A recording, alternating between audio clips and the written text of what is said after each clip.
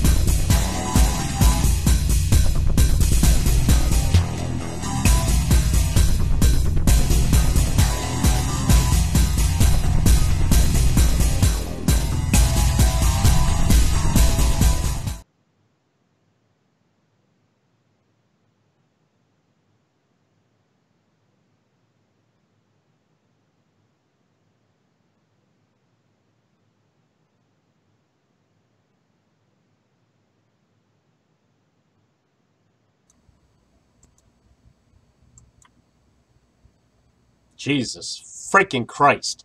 I was pounding the hell out of this freaking button and it wasn't switching to the next freaking scene. Hey everybody, welcome to Threatcon 5 Radio here on Threatcon 5 Radio, Threatcon 5 Clothing, and of course, broadcasting live on our YouTube channel, Threatcon 5 Radio. If you would like to follow us, make sure you go to YouTube, search for Threatcon 5 Radio, hit that little bell to be notified of stuff, and you know, you will not be disappointed. I am Bulldog, joined as always by my co-host and friend Judy. Hey everybody, happy Monday. It is Monday the 10th of October, and I am going to lead the show off tonight with the fuck did she just say? Oh. David Ron said congrats on being number 2 with the T5 ink. Yeah. So yes, I did get some wonderful Threatcon 5 T5 radio tattoo ink this weekend. It's pretty badass. I saw that. As you can see. Yeah. But anyway, that is not what I intended to lead the show off with tonight. I want to lay down some knowledge that you all may not have heard yet. There was a little bit of a what the fuck is that? Okay, there we go. There was a little bit of news this afternoon that came out, being reported by NBCnews.com. we have all heard for the last 2 years this whole bullshit about the Russian investigation, and there's a lot of talk that's been going back and forth about, this guy getting in trouble, this guy getting in trouble. Oh my God, the Russians have colluded with the Trump campaign and so on and so forth. Well, I will tell you that Roger Stone associate Jerome Corsi is suing Mr. Miller, the Justice Department, the CIA, the FBI, and the NSA for $350 million. The conservative writer and conspiracy theorist Jerome Corsi filed a lawsuit on Sunday accusing special counsel Robert Mueller of blackmailing him to lie about President Donald Trump in the investigation of Russian interference in the 2016 election. The suit, which seeks $350 million in actual and punitive damages in the U.S. District Court in Washington, was filed 6 days after Corsi entered a formal complaint with the Justice Department alleging prosecutorial misconduct by Miller. Corsi, 72, the former Washington bureau chief of conspiracy website InfoWars, accuses Miller's office of having illegally leaked secret information from the grand jury investigating Russian election interference. The suit also accuses the special counsel office of having threatened him with prison unless he agreed to testify falsely that he had served as a liaison between WikiLeaks founder Julian Assange and the Republican political strategist Roger Stone, who was an advisor to Trump's presidential campaign. NBC News reported last month Corsi sent an email alerting Stone that WikiLeaks planned to release damaging information about emails stolen from John Podesta, who was chairman of Hillary Clinton's presidential campaign 2 months before WikiLeaks actually did so. Accuses the FBI, the CIA, and the National Security Agency, all of whom are named as co-respondents, of having placed Corsi under illegal surveillance at the direction of Mueller, whatever the fuck that dude's name is, and his partisan Democrat, leftist, and ethically and legally conflicted prosecutorial staff. So that is quite interesting information that is being put out there. So I think that's actually pretty fucking cool, because some of these people need to be brought down a few freaking steps. So yeah. That being said, there is also another bit of thing that is in the news today. I was listening to a show earlier today, and I'm going to put out some information that I think some of you will find quite interesting to use in a way to bring some damn smackdown to the liberals that like to talk shit on social media about things that they think they know when in fact they really don't. But before we do so, let's go ahead and say hi to the people that are here tonight. First of all, I'd like to say Glenn Estes, it's good to see you. David Ron, good to see you. Lee Colvin, Dean Cerny, Jared Marston, Eric Ald, Catherine Sendo, let's just put it that way. Felix Irving, John McNatt, Ross Golden, Ronnie Brown, Justin Keeney. Justin Keeney, hoping that Justin Keeney plans on sharing us tonight, because, he has said that he's going to share us. Dan Stilson, Kendra Kent, it's my girl. What up? What up? Don Gay. I just skipped. Who else did I just see? Bill Gammon, fucking cunt from down under.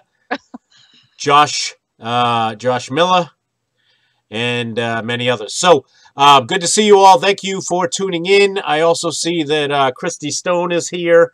It's good to see you all. Thank you for joining us on this Monday.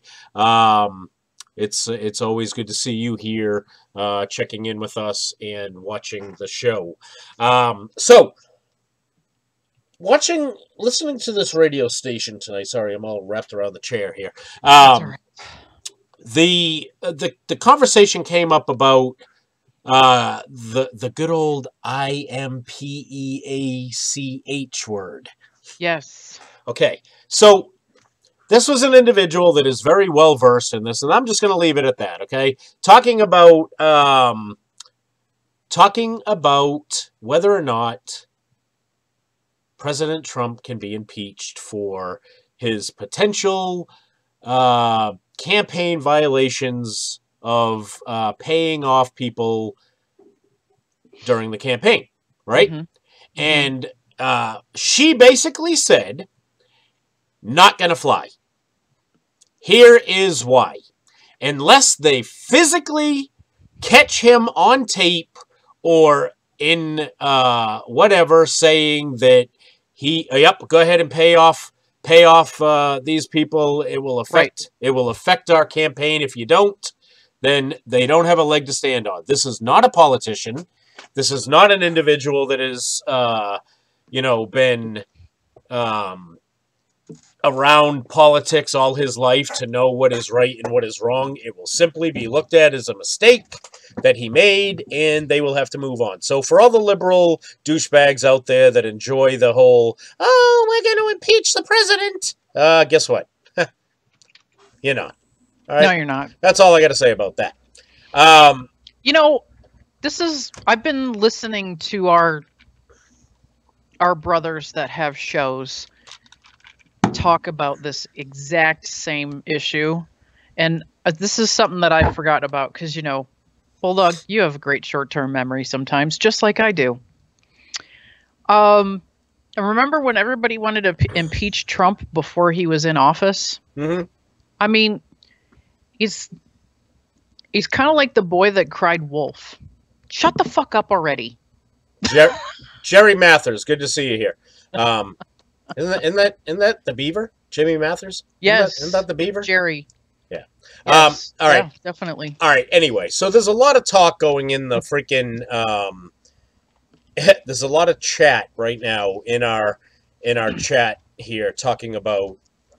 I'm glad to see you guys, considering Bulldog, had to clean some sand out of his vajayjay last week. Look, I think that I need to let you all know the reason why we were not on the air last week. So let's first start out by I was the one that wrote the comment about Bulldog not being able to air because he had his pussy hurt. But I will tell you this, that I was very sick. Okay, I actually was at work on Thursday. I believe it was Thursday of the week before. And for the last few weeks prior to that, I was having a lot of stomach issues. I'd wake up in the morning, I felt nauseous, I felt diuretic, whatever. If that's even the right way to, basically tell you that I was pissing out my ass. So I was at work. I really could have gone all night without knowing that. Yeah, I was at work, and I just, started feeling really bad. I was sweating real bad. I went right to the urgent care. I left. I went right to urgent care. When I got to urgent care, they took me in immediately. They gave me some stuff. They hydrated me. They, took care of me. I was very sick. Well, this is where it got worse. Uh-oh. I started feeling better, and I was hungry. So I went down to the freezer, and I grabbed myself one of these frozen breakfast burritos. Uh-oh. I walked down to the microwave. I put it in the microwave for the required 1 minute and 30 seconds of cooking. I took it out of the microwave. I walked up to the kitchen. I opened up the packaging. I put it on a plate. I waited probably about 45 seconds. I took a bite. Burnt the living piss out of the top of my mouth. To the point, Judy, where the burrito's tortilla got stuck to the roof of my mouth. Now, you all are thinking, oh, yeah, whatever. We've all burnt our mouth. Yep. Well, you know what? I burnt my mouth worse than I have ever burnt my mouth before.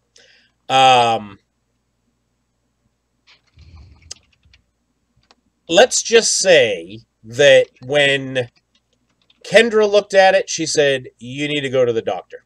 Oh, shit. I woke up, okay, at like 4:30 in the morning, and I had pain that radiated from the inside of my mouth, up the side of my cheek, up into my eye, whatever.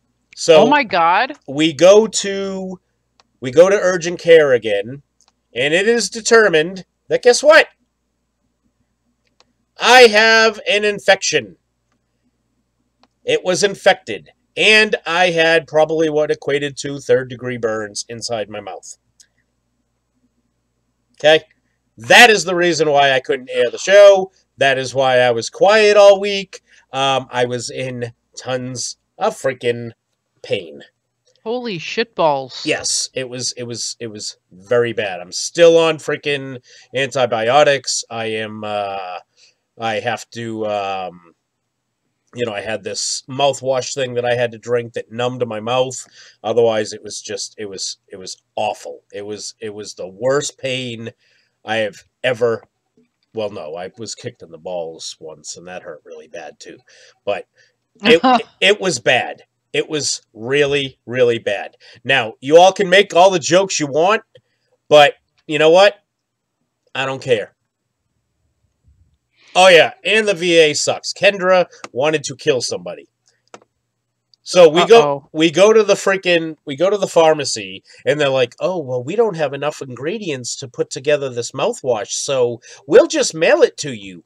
I'm like, "You'll mail it." I'm like, "You'll mail it to me. By the time I get it, I'll already be healed."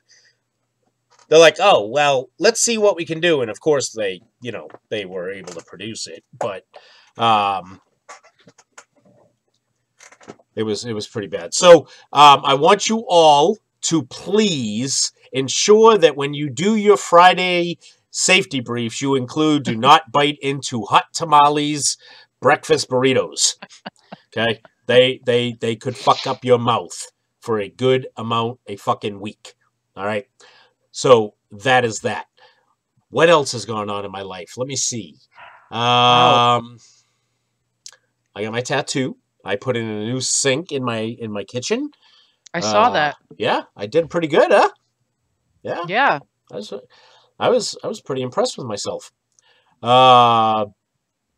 got Kendra a new car, so we don't have to deal with that broke ass freaking Jeep Liberty anymore. It's been a good couple weeks. It really has. She is getting set to move here from Monday to Friday. Starting next Monday, she will start her new job at the that's right. at the hospital local here. So that's going to be pretty cool. And if you have not all heard, effective 1 January, Threatcon 5 clothing will be back. Very excited about that. Yes. Very, very excited about that. So what about you? I heard you started work back up today. Yeah. Oh, you know what? Listen, before you even get into talking about that, there is something that we need to discuss. Okay? Okay. There is someone missing tonight from our chat. Someone that was also missing, who would have been missing last week as well. Yeah. A loyal listener, Stan Moore, passed unexpectedly. And there is a link on our radio page for you to donate to his family if you have the ability to do so. If you don't have the ability to do so, we ask that you at least share the GoFundMe. Okay, the individual passed unexpectedly. Family was not prepared for it. There's a lot of things that need to be taken care of in the household. So if by any means you can help, please do. Stan was a loyal listener to a lot of the veteran radio shows out there, and on top of that, he is a veteran. Was a veteran of our armed services, and as brothers, it is our responsibility and sisters to do what we can to help out. So if you can make a donation, please do so. The link is on the page. You might have to scroll a little bit, but if you can, please do so. It would be it would mean a lot to both my Judy and myself. Yeah. So Hua. one of the things I loved about Stan was, you know, he was the kind of guy who could participate in the ball busting. You could get into an argument with about whatever topic was the hot topic of the day. And at the end of the day, you know, you could shake hands and stay brothers. He was very much an adult, unlike some of these people that we see having arguments online. Sometimes, you know, liberals. But Stan was a good guy. He supported all the veterans and in their efforts to help the veteran community. So it, you know, we really, really miss him. Yep, absolutely. Absolutely. So that is that. Yeah, Glenn, the Threatcon 5 radio page. Thank you, Chad Beaupre, for letting him know that. Ryan Barlabin, good to see you here. Chad Beaupre, our other buddy from down there in Australia. John Ginsberg is here. Good to see you guys. What else has been going on? So you asked me about going back to work today. Yeah, you going back to work. I really didn't want to go back to work, you know, but that's just because I'm going to be honest with you. I've had so many people tell me, oh, you know, you must have been bored out of your mind being out of work for 6 weeks. Look, most of us lead very stressful lives. You know, it takes a lot, especially, you know, like Bulldog and I, you know, we both have other responsibilities other than this, you know, so we lead crazy lives. And after my surgery, for the first time in 11 years, the only expectation that anybody had of me for 6 weeks was to heal, to get better. And it was pretty nice, actually, to be totally honest. You know, I'm old enough to know that I needed to give my body the break that all the doctors were asking for. So I enjoyed my time off. I was sad leaving this morning. I didn't want to leave the cats. Tuffy was sitting on his little chair by the door like, Mom. I got into work. I had 565 emails.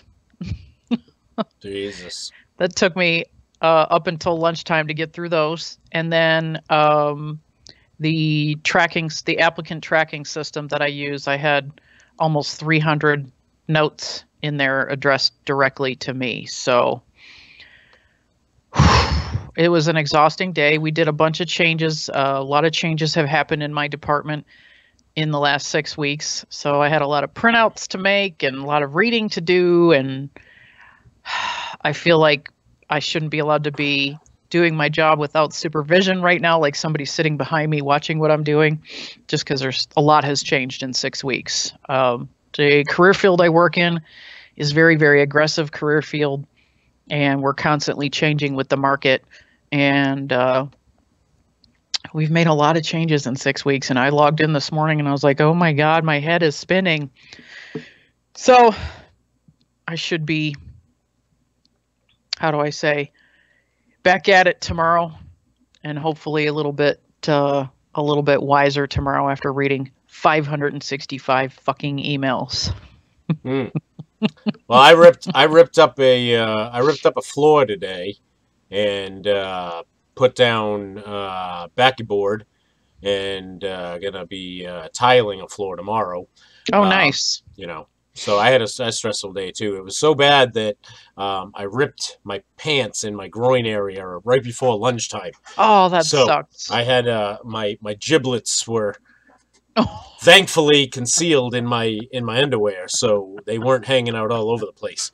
But it could have been. You work in construction, don't you have like tape or something, or a stapler or something? Oh, no! This rip wasn't being fixed with tape or a stapler. It was bad. It was really, really bad. I had that happen at work once too. Yeah, your giblets were hanging out too? Yes, they were. So, have you seen the latest from our good friend Alexandra Ocasio-Cortez? Oh God, no! What did that lunatic do this time? So, you know, what's funny is that there is never enough from this chick. She just does not freaking shut up. She is, you know, but I gotta say, we need her. Okay? We need her. We need her. All right?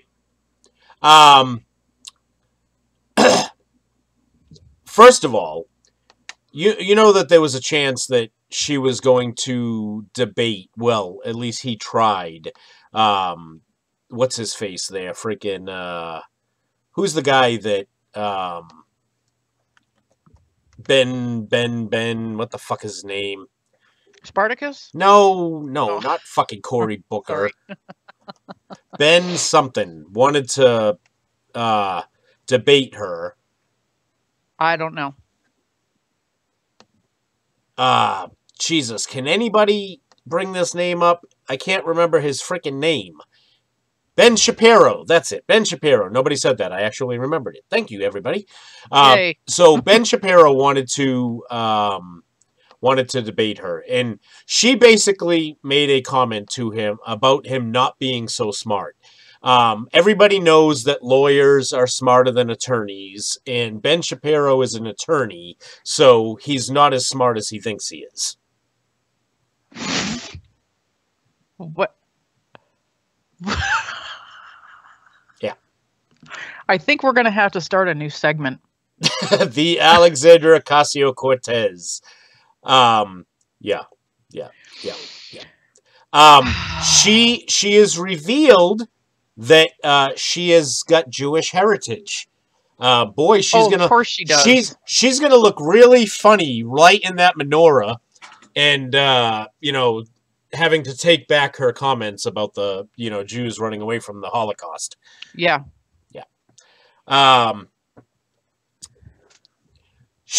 She also has said that she gave Paul Ryan the benefit of the doubt, and she was wrong. Isn't Paul Ryan freaking retiring? Sure. Yeah, so who gives a shit what freaking time or credit she gave or benefit she gave to a guy that's going out? You know, it just absolutely kills me, the stuff. Yeah, but we probably are going to have to bring up a new segment. It's going to be the Alexandra Ocasio-Cortez things you won't believe she actually fucking said. Yeah. Wow. Judy, it's time for our fake commercial. We have to move on. I cannot. It makes my head hurt. Yeah. I can't talk anymore about Ocasio-Cortez without moving on to something that's going to make me laugh, because talking about her actually hurts my head. So, look at some of you might find this product quite desirable and able to help you with your issues. Well, I guess we'll see. Let's hear from tonight's fake sponsor. Are you tired of getting caught, whacking your willy, eating your meat, spanking your monkey? By your mom? Your dad? Man, you doing this? Or even your little sister? Oh no. How embarrassing. Say hello to the jerk shirt. With a prosthetic arm built directly into the jerk shirt, our fine friends at Cam Soda have created a shirt so you never get caught jacking the beanstalk again. And our lifelike hand will fool everybody, including your family. Thanks, jerk shirt. That was it. That's tonight's fake sponsor. The jerk shirt. Where was stuff like that when I was a kid? Now, I could have used a jerk shirt or two. I love how he's doing it right in front of his family while they're eating breakfast or whatever it is that they're doing. I don't even know what the fuck. Okay, so John Ginsburg said, "Will the product give me a big cock?" No, nothing's gonna help that. I'm sorry. Damn, that shit was cold. Yep, she went there. That was just wrong. Oh boy. Yeah. So everybody's throwing out recommendations for when. Yeah. So that's a good one. David Ron said when Dan Quayle shit. Remember Dan Quayle was pretty dumb too.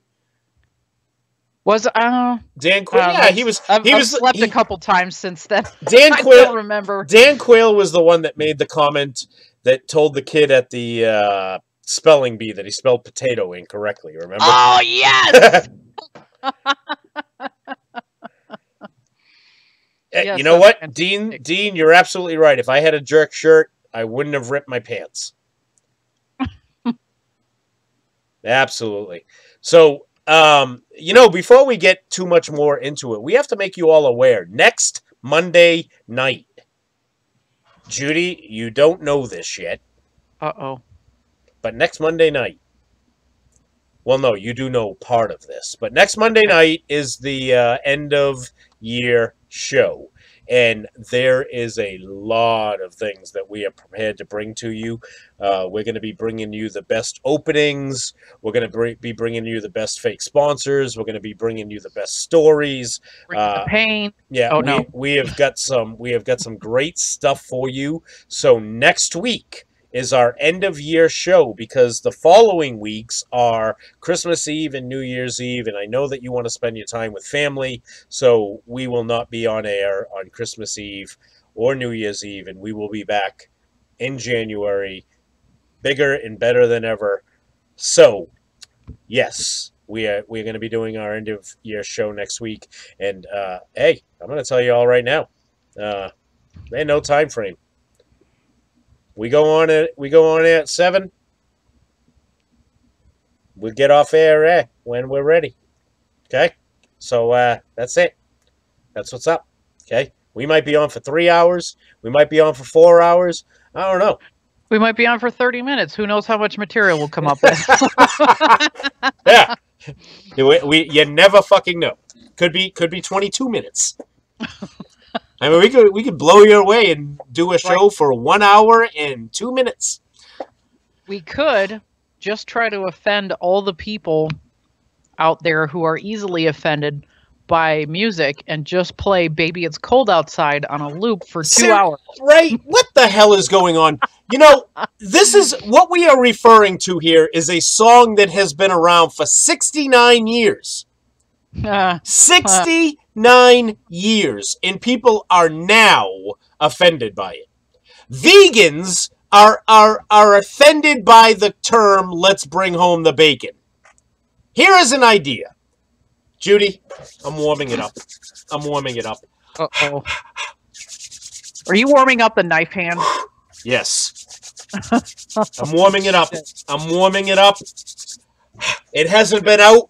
Ooh, the knife hand's got a new accessory on it, too. It's got a T5 grenade and a skull. Listen, you pathetic, overly sensitive,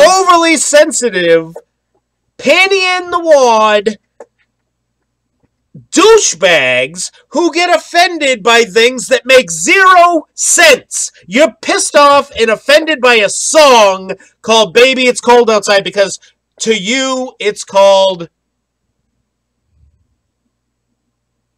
rapey.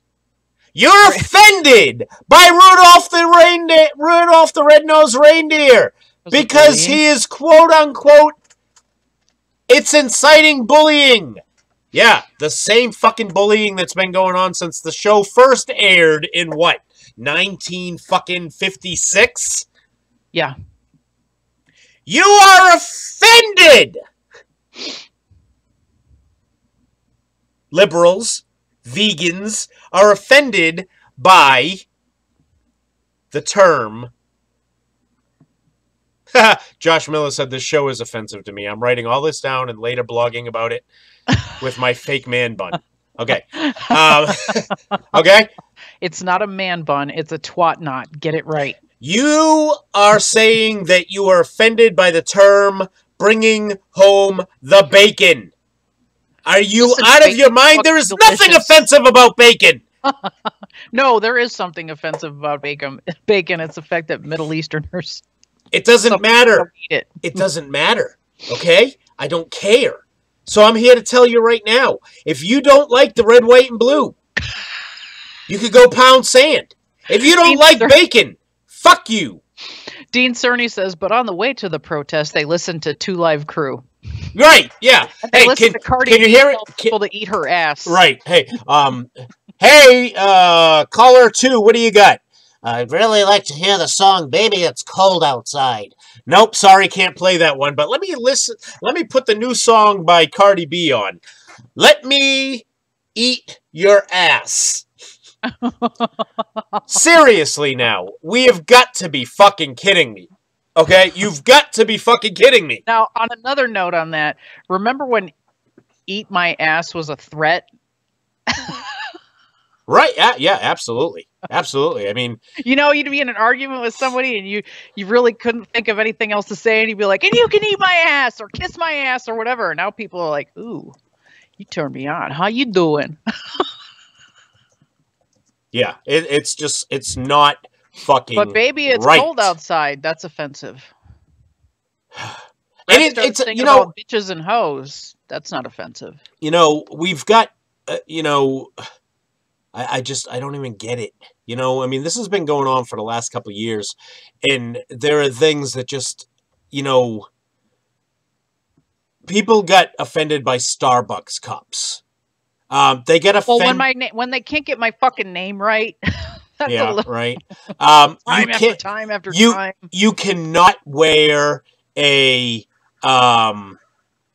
Native American costume because it's a minority culture, and you should not be. Oh, cultural appropriation. Yeah, using the word. I love that term. Using the word fag in reference to any one part of the LGBT community.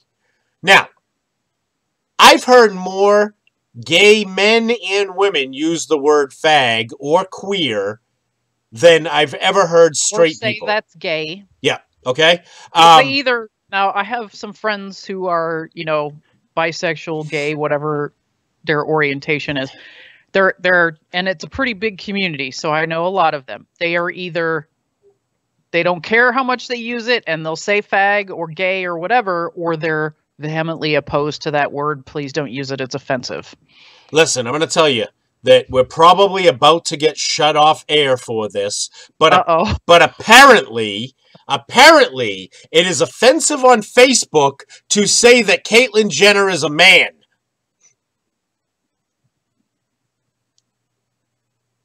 All I'm going to say is I'm we need a crickets. I'm pretty sure she still has balls.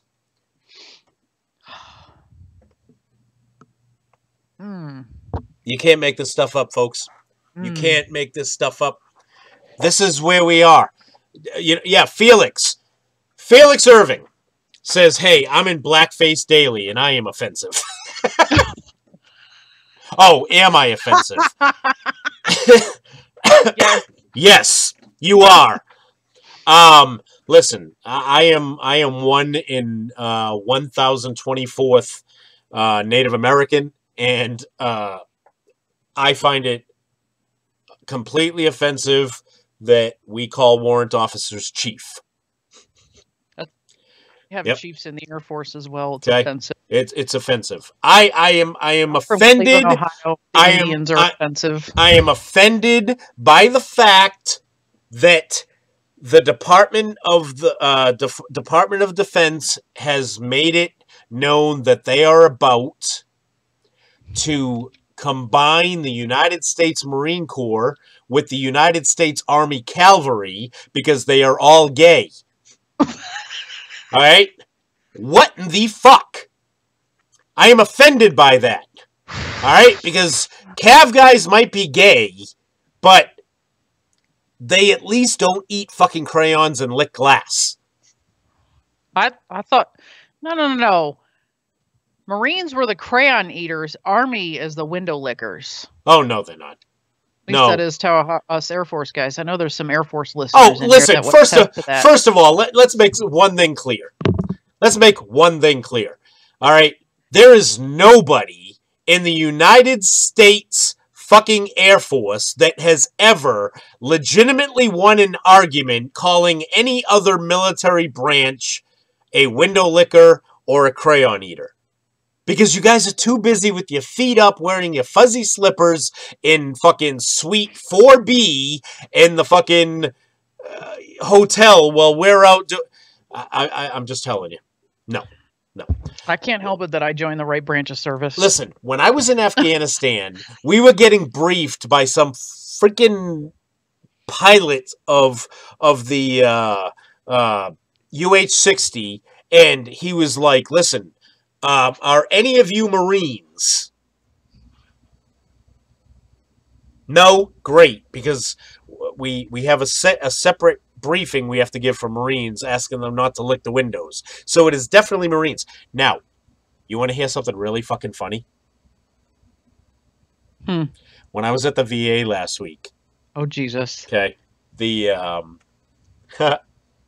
the RN comes in. Really cool fucking dude. Name is Julio. Comes in. He's like, hey, I'm gonna give you a drip, so I'm gonna have to put in a line. I'm like, all right, that's cool. And he goes, all right, you're going to feel a little prick. And I said, I know. That's what she said. I know, right? So I go, I said, yeah, okay. I'm going to feel a little prick. Whatever, dude. He's like, oh, you must not be a Marine. I'm like, fuck no, I ain't a Marine. I said, what do you mean by that? You ready for this? He goes, I kid you not. We have a briefing here that if a Marine has to be stuck or blood has to be taken, we make them sit down. Because Marines pass out more than any other branch at the VA. From getting blood taken or lines put in.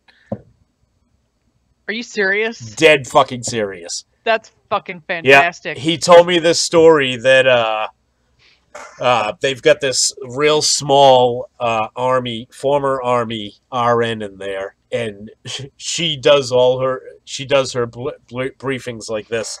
Okay, so we're gonna have to give you blood. The first question I have to ask you is, were you a Marine? And they go, yeah. And he says, why? Why are you asking that? He said, because we need you to sit down before we take your blood. We don't. Oh my God. You're kind of a big guy, and we don't want to have to try to pick you up off the floor. Wow. So yeah, I was laughing my ass off.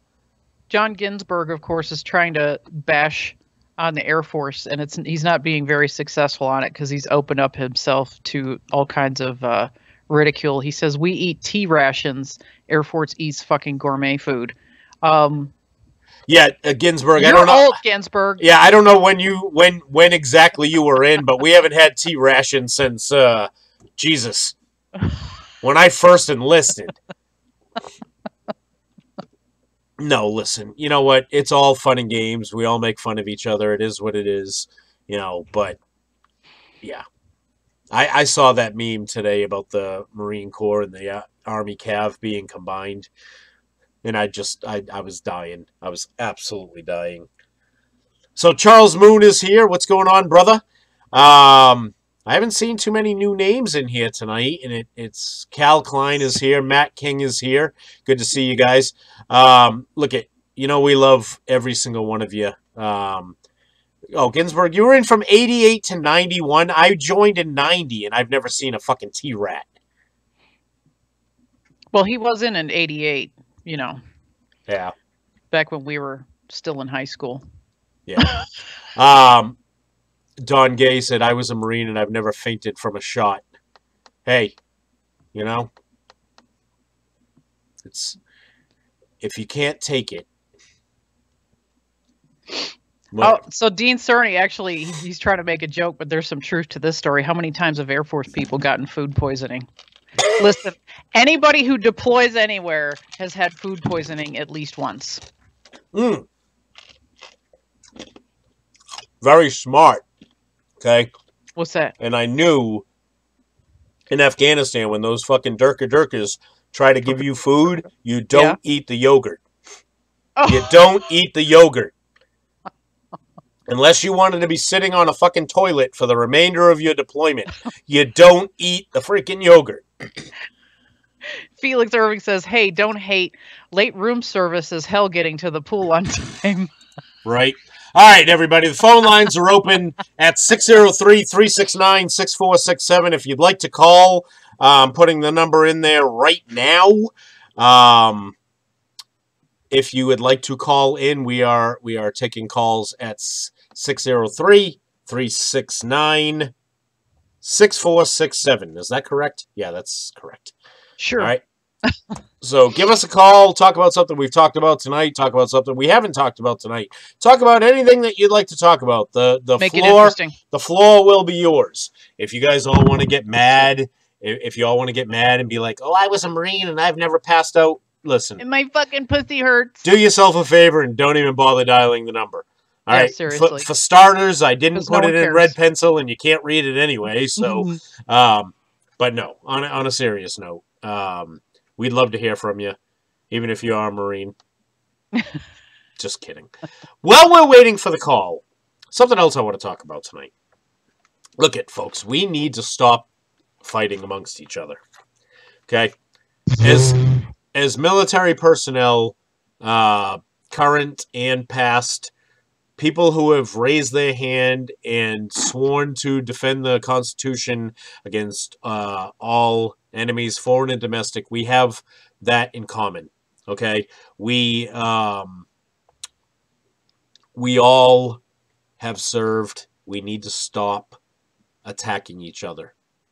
Okay, we really do. We need to stop attacking each other. Oh, I know exactly what you're referring to. I missed the conversation, but and we won't go into it. Yeah, we don't need to go into it. Yeah, it doesn't. But here's the thing.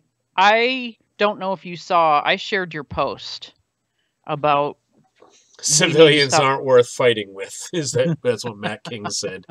Amen, brother. But we all have a mission, okay? We all have a mission. And if somebody is fighting that battle day in and day out to try to help a brother or sister, and you know they recognize somebody is struggling and they are putting forth the effort to all right, you know what? Hold on. Dean, yes, you're right. Brothers fight, it's what we do. Okay? But to a point. Questioning one another's service, calling motherfuckers out, it all needs to stop. Okay? We are all we've got. I have said this over and over and over again. We are all we got. If we are not fighting for one another, who's going to do it? Okay? We have got to come together and we have got to take on the mission. And we have got to battle the mission and we have got to win the mission. That's what it's up. Okay? That is what is up. Yes, Bill, you're right. Cunts need to harden the fuck up. Dicks do too. Well, you know, when I shared your post, one of the things I said was basically, if you're going to accuse someone of stolen valor, you better have some damn fucking hard proof of that, because those are some pretty serious accusations. I mean, Bulldog and I can sit here and joke about inter-service rivalry and how we think our own branches were better than the other. And the truth of the matter is, we all take it seriously when stolen valor accusations are thrown around. Even if you're Coast Guard. You know, it's serious, and you better have the fucking evidence to back it up. Oh, we got a call. Yep, 423, you're on with Bulldog and Judy. What's up? Oh, shit. There goes the neighborhood. What are y'all doing? I had to leave the show for a bit. What are we doing? Oh, I don't know. Yeah, y'all haven't. What's the conversation about? Whatever. I have no idea, man. I had to leave, I swear. The conversation is about whatever you want it to be. You want to talk about the complete collapse of the New England Patriots on Sunday with 7 seconds left? Awesome, wasn't it? Oh my God! Oh my God! Oh my God! Oh, I'm having a heart attack. Ethel, I'm coming, baby. Oh God, Ethel. Yeah, you I know, just got off. I didn't go nowhere. 7 seconds left. That was- They got freaking that was- Rob Gronkowski out there trying to tackle somebody. That was embarrassing. That was the wildest play I think I've seen since the 80s, man. That was the in the snow kind of play back when they didn't have face masks on their helmets. I remember when them fuckers get out there and they bloody their noses and shit. Is that when they wore their helmets? Yeah, fuck yeah. Yep. They tried it with them seashells one time, but them just ended up cutting the shit out of you. Yep. Or I just know the veteran community's trying to do good, and let's finish this year out, and next year let's do some shit, help some people. Amen. hell yeah. Or we can talk about the Army-Navy game. You know, the game where the Navy lost again? Man, you know what? Dean Cerny's fucking son or my grandson's team could have beat the fuck out of either one of them. At least they'd have scored some points. Jesus Christ. His finished second in the state, and my grandson finished third in the state in Tennessee. And geez, they could either one of them teams could have beat the fuck out of them guys. But them Marines now, them two linebacker Marines for Navy, they fucking with some mean bastards. They threatened them with crayons. It's the only time of year when the Marines actually admit to being part of the Navy. Hey, amen, brother. That's the truth. That's a fact, Jack. Yep. So it's And the they'll one tell day you they if they's admit they're on that gay? field. Yep. Oh no, honey. No, they let everybody sisters on ships now. The only reason you get 700 to go out and 350 couples to come back is because everybody's sisters in there now. So we get to fuck them all, and then we get to come back and marry them and have kids with y'all's family. We've all become related. God. Yeah, that's I'm so terrible, what ain't you're I? saying is you're from Alabama? No, I'm from wherever my dad landed at that time. My mom just happened to be that port. You know what I mean? I probably got family every fucking where. I'm kin to all y'all somehow. I'm evil. I love you, Judy. Love you. My kitty cat's cool though. You'd love her. Oh my God. So yeah, so those of you who didn't see, Glenn Estes posted a picture of a cat that lives in his neighborhood that he feeds and kind of takes care of, and it's a feral cat, but it will only go to him, and he's the only one that can pick it up. But he makes sure that Whoa. Who posted this? Glenn did. Glenn did. Well, Glenn doesn't have a neighborhood. Well, no, you're right. You're right about that. It's just a holler. Yeah, I live in the holler as well. Yeah, but there's not very many houses next to Glenn's. There's none next to me. Exactly. So it's not a neighborhood. The neighbor down the road ended up with 7 dogs, and the cats fucking left. I can't imagine why. And he come down here and got her one day and took her home. He took her back there. Him and his old lady did. The cat run like hell and come back down. Shit! Mark Zayner said, when I was growing up, I thought poodles were all females. I thought the same about the Air Force. Oh my God! Well, see, he's just mad because his sister's in the Navy now too. Oh.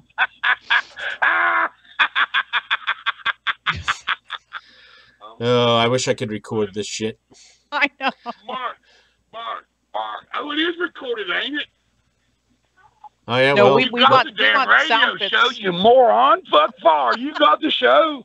Fuck fire. I mean, I guess it is recorded. I could, take sound bites from the. And man, you kind of look funny when you was warming your hand up. You think it's for your knife. Everybody on there says like, he ain't picking up no knife. No. I was, I was warming up my hand. Everybody thought I was going to put on my jerk shirt. No, that ain't what they thought you was going to do. They thought you was going to jerk all right, but it wasn't no shirt. Oh, Lord. He apparently missed the jerk shirt video. Yes, he very clearly I probably did. Yeah, I guess I did. Oh, well, see, hey, Felix is saying that he does have the best pussy. Oh, God. I didn't even know Felix had a pussy, but whatever. All right, so if you don't know who Felix Irving is, Felix Irving, he is the owner, proprietor of Bearded Barbecue. Oh, the sauce? The sauce. Oh, my God. I tried. Oh my God, y'all fucking ass, y'all can fuck all y'all, man. That shit looks killer. Yeah, it was. Are you crying about it? No, but I live up here where Ridgewood Restaurant is. Y'all looked that shit up, and they've been here forever. And that old woman, they make the best barbecue sauce, and his shit looks like theirs. So I mean, tried the mustard blend this weekend, and holy crap, is that fantastic. Yeah, well, it's amazing. Do you know my mother went to Weight Watchers in the 60s? She lost 140 pounds, and the number one thing you could make was a mustard-based barbecue sauce with chicken. That's how she lost all her weight. Huh. It was a mustard base. It's serious. It was a mustard base barbecue sauce. It was killer too. No sweet shit in it. Yeah, I don't like my sauce with shit in it anyway. So. Oh man, you eat all kind of shit out of your beard all the time. I seen you holding it. Or was that Jimmy? One of you holding? Oh, it was Jimmy holding his beard in his mouth so he could zip his coat up. I thought he's got a long beard. Yeah, it wasn't me. yeah, it wasn't Judy. Judy went back to work today. Judy had to shave. I heard that part. Did not know snow down there, honey? Oh yeah, we got almost 3 inches. They closed Interstate 81 down from exit 10 to 19 for 12 hours. Wow, that's crazy. People had to take people gas in their car and shit. Water, food, it was bad. Sure did. Northbound lane. Wow. That's crazy. Yep. And I just told you, Bulldog, we don't get that kind of snow. Damn, that's record. I know. The lady that spoke at my mom's funeral had 26 inches at her house.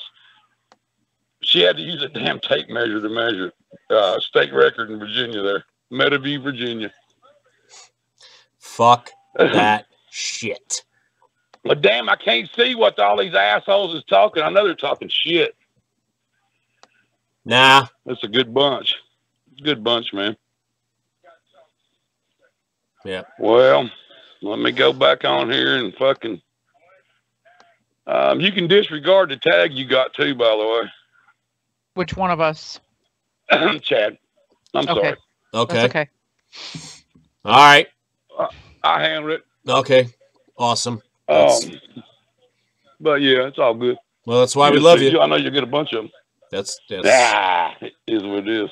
That's what's up. All right, well, I'm coming back on. Tag me in a minute, Judy. Yeah, no problem. All right, love you guys. Yeah, I love you too. Bye. All right. Hey. What the hell? Hey, what? Hey, he just learned how to use a phone. Well, he's got one of those phones that only has 4 numbers on it. Big ass fucking things. The jitterbug phone? Yeah. All right, I need to step away for a second. It is freaking freezing in here. I have to go, because it's cold in Grandma's basement. I got to go turn on my space heater really quick. I'll be right back. All right. It's, it's one of those things. It's supposed to be kind of like part of show prep. Not supposed to leave and fucking halfway through the... Just fucking go! Hurry up! Jeez. So, while Judy's gone, let's talk shit about her. No, let's not, seriously. So, there's a bunch of things that have been in the news, and I think it's extremely sad to hear about some of the things that we're going to talk about tonight. But it's also funny that things that are being, I don't know if we could say, things happening in schools, okay? I mean, week in and week out, we talk about these teachers that have been, found guilty of having sex with students. Well, one of the most serious things that has happened in a school this year, other than the very unfortunate and sad cases of the school shootings, happened. My God, he just fucking hung up. Wow. Yeah. So, Judy, what you missed, I was saying that, a lot of things have been happening. in schools, with teachers getting in trouble for sleeping with students, and but I'm about to talk about one of the most serious stories to come out of a school this year, other than the heinous attacks and school shootings, and it comes out of a school here in New Hampshire. Mm-hmm. I don't know if you have all heard, but Dover High School, the high school that Kendra's son goes to, both her daughter graduated from, our other daughter had gone there, and Joe was going there until he moved here with me. Dover High School teacher who teaches a U.S. history class in which an 11th grade student created a school assigned or the class assignment that got these students nationally recognized, has been placed on leave. John Carver, a longtime teacher and coach at the New Hampshire High School, is still being paid as the school investigates the situation. But according to the Foster's newspaper and NBC and CNN and every other news outlet that's reported this story, Dover Superintendent William Harburn said putting Carver on paid leave would allow officials to really dig into the investigation, which will begin with students who were present so the administrators would have a thorough understanding of what occurred and what didn't occur.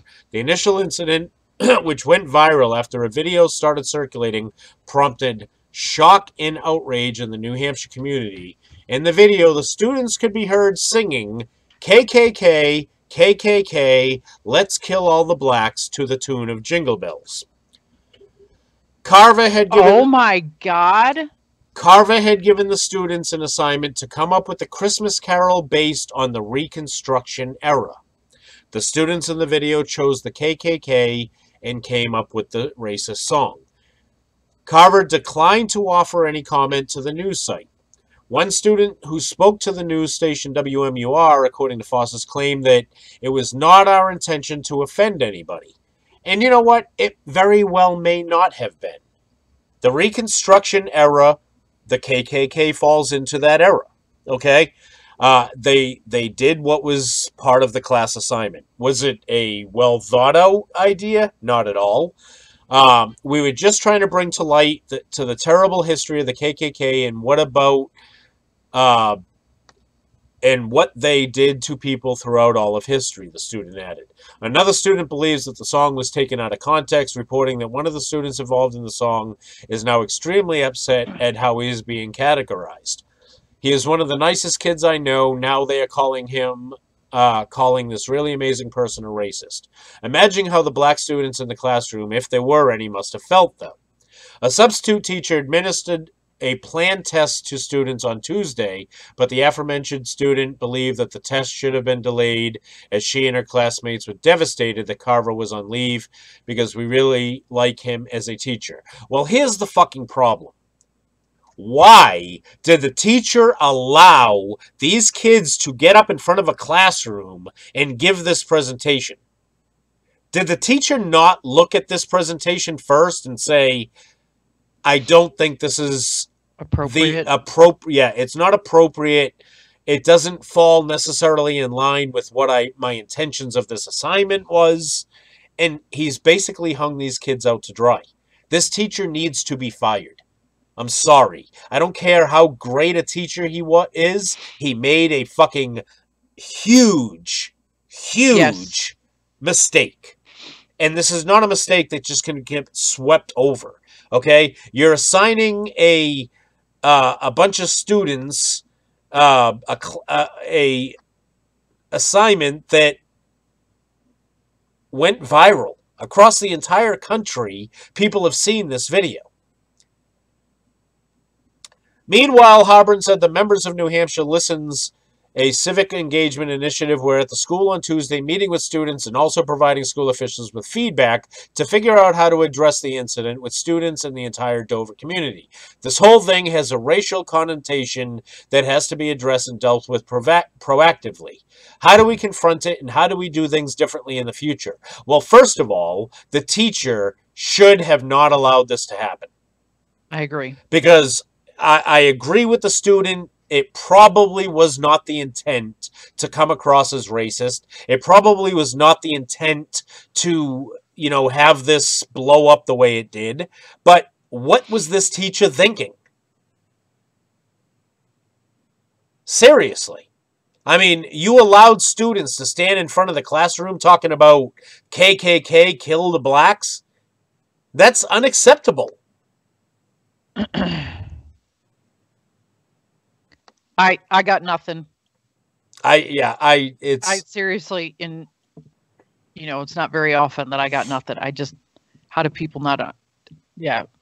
Why is the teacher on paid leave? This is the problem with our country right now. It's the same when you have a fucking police officer that shoots a known, unknown, unarmed individual and gets put on paid leave. What kind of punishment is that? Well, some of these places have protocol that they're required to follow. So, as much as we hate it, they have to follow the protocol while the investigation is being handled. No, Jeff, they didn't. They didn't turn in another song. That was discussed in a prior story. They chose it from the get-go. Now, I don't know how teachers have gone about freaking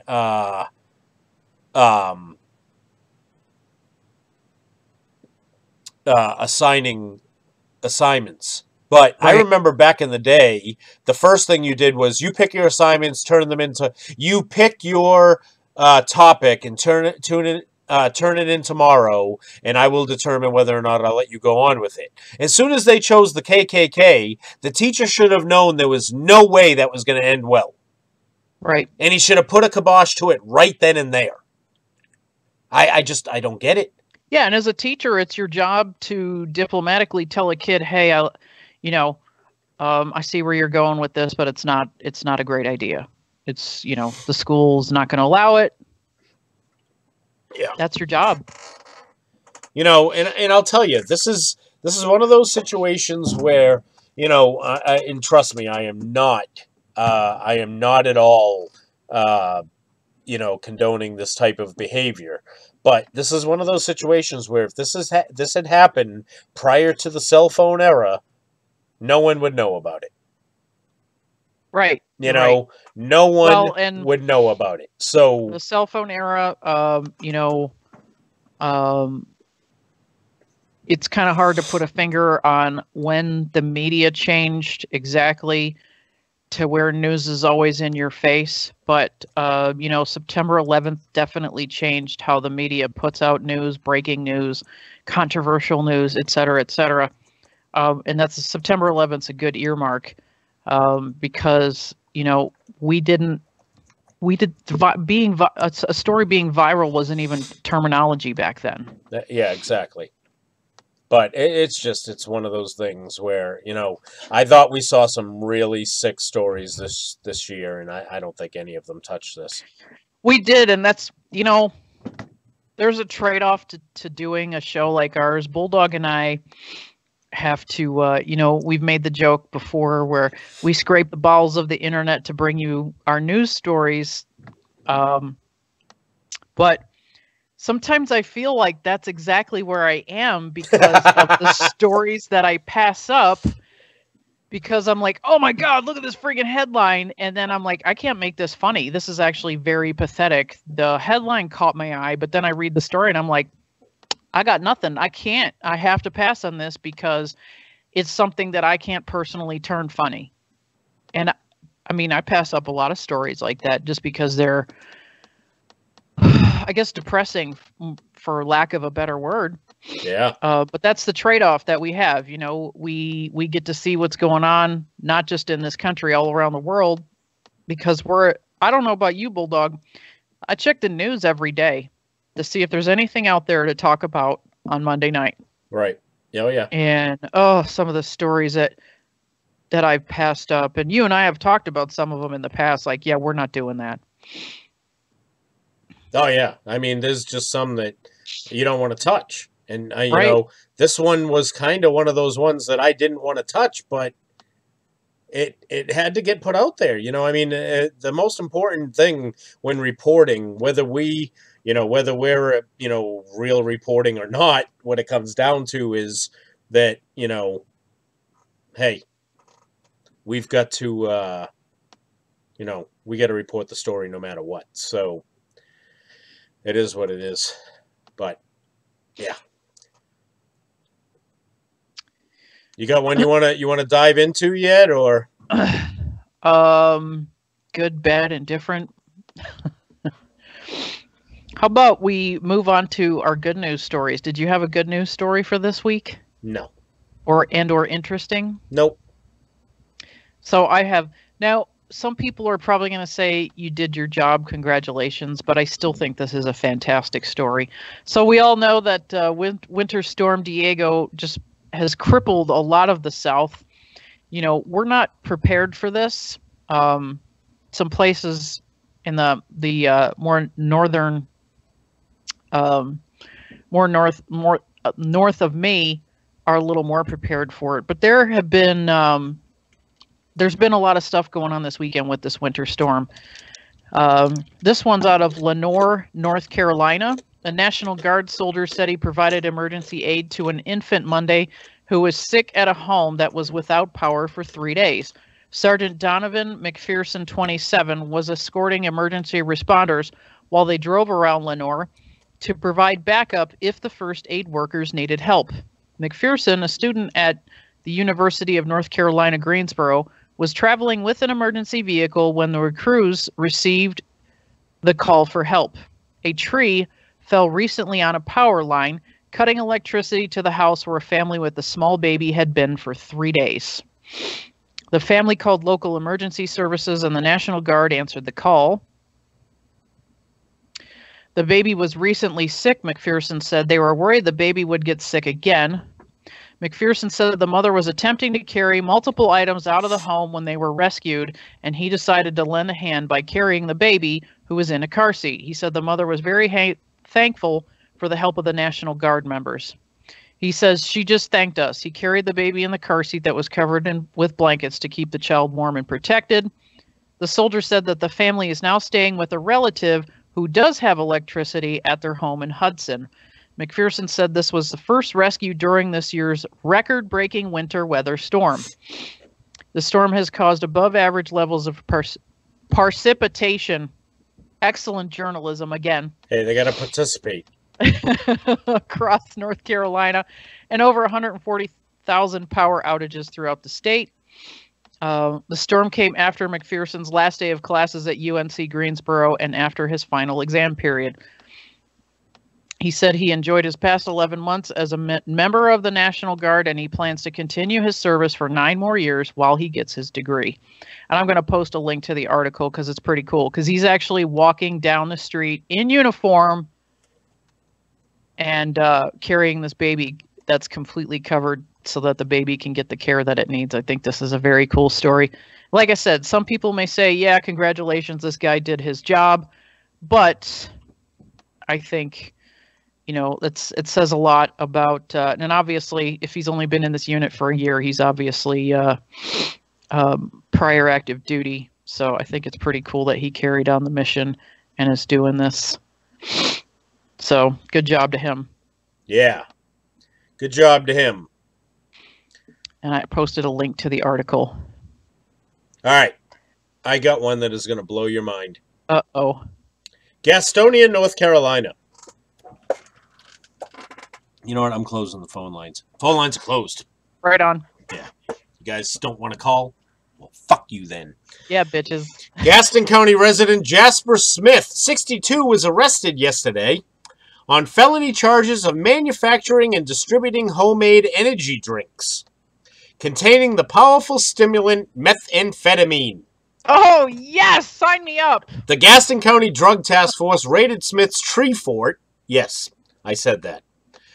Smith lives Wait, in a say that again? Yeah, Smith lives in a 200 square foot tree fort on his brother's property near Chapel Grove. To find Jasper was bad.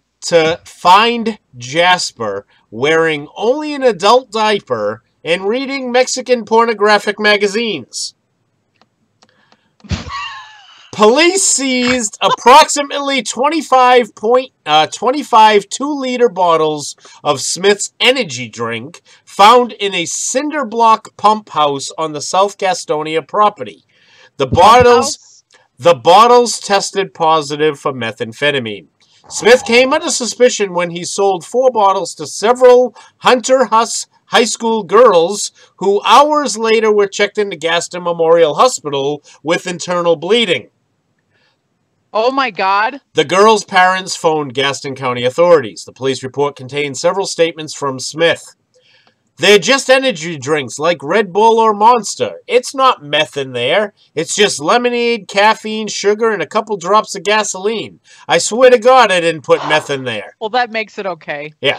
Customers would come to Smith's Gastonia home to buy the energy drinks for $20 per bottle, and one customer spoke on the condition of anonymity.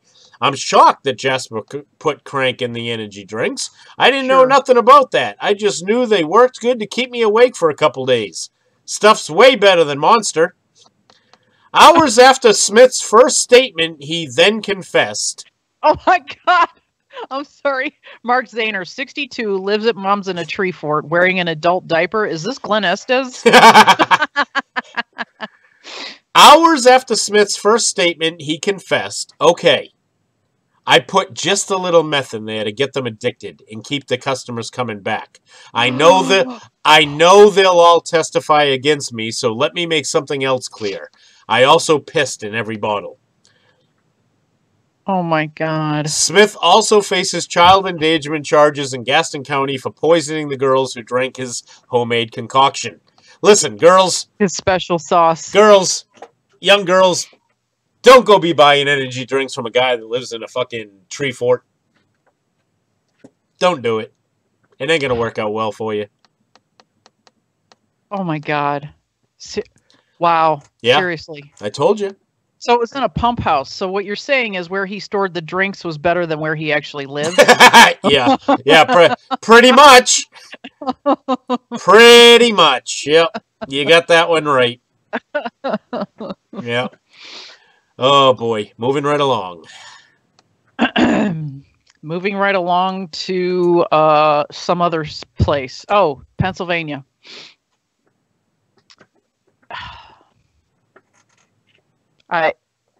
I'm going to have a hard time getting through this one. You have a Nick face?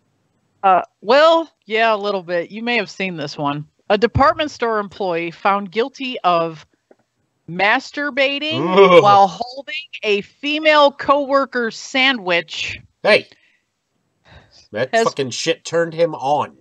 Has failed to convince a state appeals court panel he was unjustly convicted of indecent assault. Now, let me read that again. He was found guilty of masturbating while holding a female coworker's sandwich.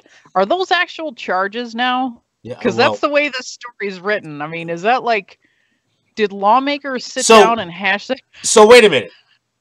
What if it was his male coworker, would they not have convicted him? Well, I'm kind of curious on, did it depend on the type of sandwich it was? Yeah, was it like bologna? Now, would he also not have been convicted of masturbating if he wasn't holding the sandwich? What if he wanted to know if it was a BLT? What if he had the sandwich in his mouth while masturbating? So the Superior Court, in an opinion by Judge Murray, upheld Anthony Manival's conviction for the August 2016 incident at a Bonton and Snyder County. Manival, 36 of Selinsgrove, was sentenced by County Judge Michael Sholey of 3 to 12 months in prison plus 4 years probation. Really? For spanking it with a sandwich in his hand? 4 years of probation? Wow. According to Murray's opinion, The case hinged on a surveillance camera video shot in the store's stockroom. You fucking dumbass. Never get on camera. It's #1 rule of masturbating with someone else's sandwich. Wow. Okay. Sounds like you've been down this road. Shh. The store's human resources manager testified that film showed Mandeville masturbating while holding the unwrapped sandwich and a pair of pink women's shorts. Oh, well, see, that's what... Hey. Well, how the fuck did he get a pair of pink women's shorts? And why was that not in the original fucking part of the story? Because all I can imagine, if he's holding a sandwich and he also has pink... He must be stroking it with either with the sandwich or with the... on his lap, and he was, like, wearing... shorts himself, so like the shorts that were popping out from the legs that were popping out from underneath the shorts, he was pretending was a woman. I don't know. That's all I got. I don't know. Well, he was the store he was at was a department store, Bonton. So that's he probably jacked the shorts from one of his departments. Did he get to keep his job? Oh, I don't know. Imagine, speaking of jobs, imagine you were the human resources person that had to watch that fucking video. Hey, what I want to know is how long did they watch the video? And how many times? I mean, yeah. Are we talking like Pornhub? You saved it to your files? What are we talking here? Wait a minute. You can save files on Pornhub? Yeah, you can download videos too. Damn, Judy. You're teaching me new shit. You have been single too long. No, I haven't. No, I have not been single too long. Wow. The video showed Mandeville press the sandwich against his body and then rewrap it, the HR official testified. Oh my God. Okay, so this HR person watched this video several times. Yeah, well, he had to get all the details. Yeah, well. Was it a he or she? It just says... I want to know what kind of sandwich it was. So let's see if we get the details. I don't think I did in this one. Soon afterward, the other employee ate the sandwich. Oh, well, nice. The coworker testified during Mandeville's non-jury trial that she didn't know what Mandeville had done to it. She ate it, so it didn't matter. I'm having images or visions of this. Was it that movie Road Trip with the French toast where the chef wipes it on his ass and his arm? Wasn't that the movie? Yeah, the it might have been. Like, I don't like powdered sugar or whatever. Yeah. A state trooper testified that Mandeville admitted to masturbating at work. Mandeville also conceded that a black light would have revealed traces of semen on his hands when he was touching the sandwich. You're not supposed to use pink shorts. You're supposed to use a sock. Yeah. And wash your fucking hands afterwards. And Dirty, then filthy animal. A black light would not have revealed anything. Wow. Cindy Cerny says tuna salad sandwich. It was tuna. I want this to be as realistic as possible. Oh my God. Mandeville didn't testify or present any evidence at his trial, but he did seek dismissal of the case, arguing there was no evidence of indecent contact. Oh my God. He also insisted Sholey shouldn't have allowed the video to be admitted as evidence. Clearly. It was illegally, yeah, it was probably illegally. Yes, absolutely. Oh my God, whatever. It is undisputed that Mandeville did not deny his behavior, Murray wrote in rejecting Mandeville's appeal. Shouldn't. He shouldn't.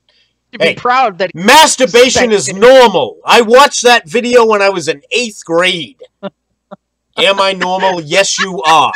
You are normal. Masturbation is normal. You own that shit.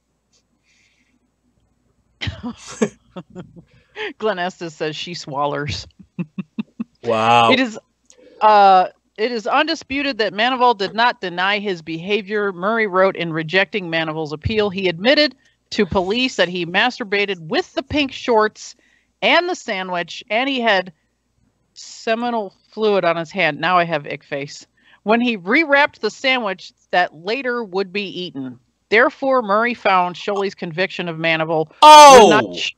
Oh! So wait a minute. It's not like the coworker was like, "Hey, here's my lunch. Could you hold on to it at your desk?" He he went into like the refrigerator and grabbed this person's sandwich. It was like, "Ooh, there is nothing better than stroking it to pink panties and holding this sandwich. It puts me in touch with this coworker." Wow. This sandwich feels like the real deal. Yeah, Jesus. The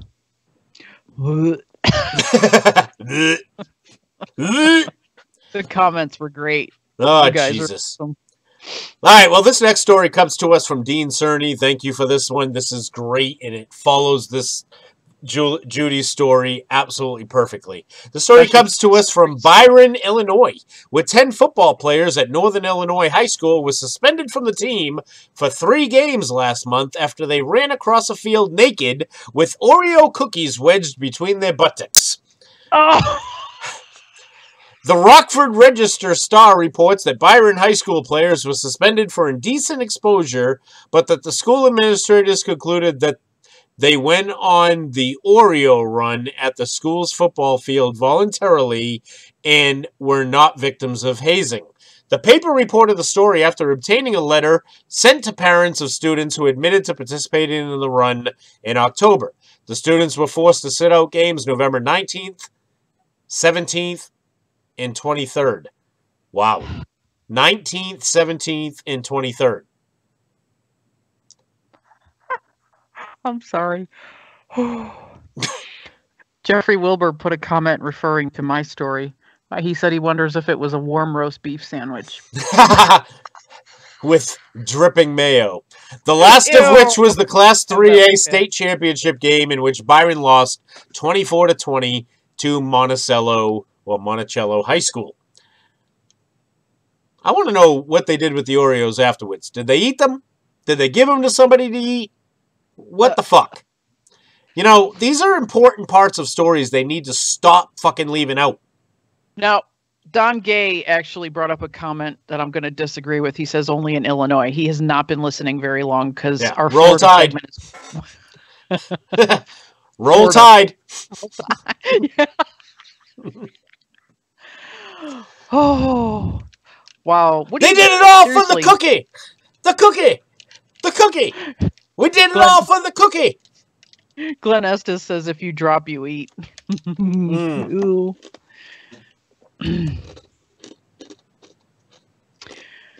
That's all I got. That's disgusting. Moving right along. Mm-hmm. A fed-up mom-to-be KO'd her baby shower because she's throwing a little fucking fit. Because she said her... Now, of course, the New York Post has edited out the cuss words, but I'm going to put them back in. She said her fake-ass family ridiculed the name she had chosen for her child. The unidentified woman blasted her family for questioning her decision to name her son Squire Sebastian Senator in a post on the Facebook event page for the now canceled shindig. Y'all been talking shit about my unborn baby, and then in caps, an unborn child. How can you judge an unborn child? What is wrong with you? Listen, bitch, no one's judging your child. Your child is perfect and beautiful. You were whoa. Wait a minute. This was a baby shower, right? Yes. How do you fucking know the baby is beautiful? It's not born yet. Because they're babies. No, not all babies are beautiful. Well, some of them look like lizards, but they grow out of that. I've seen some ugly fucking kids. I have too. But seriously, if we're going to, sit here and discuss who's right and who's wrong here, the first name of the son, the whole first name is Squire Sebastian Senator. Yeah. She says, I never knew my family could be so judgmental. They've spread rumors and lies about my child. She says, no, I am not crazy. No, I am not mentally unstable. No, I was not drunk when I named my child. Your audience begs to differ. Yeah. Weren't you, though? But she assured her relatives that no matter how they felt about it, she wasn't going to budge on her son's name. This is the name I was meant to give him, she wrote. This is how it will be.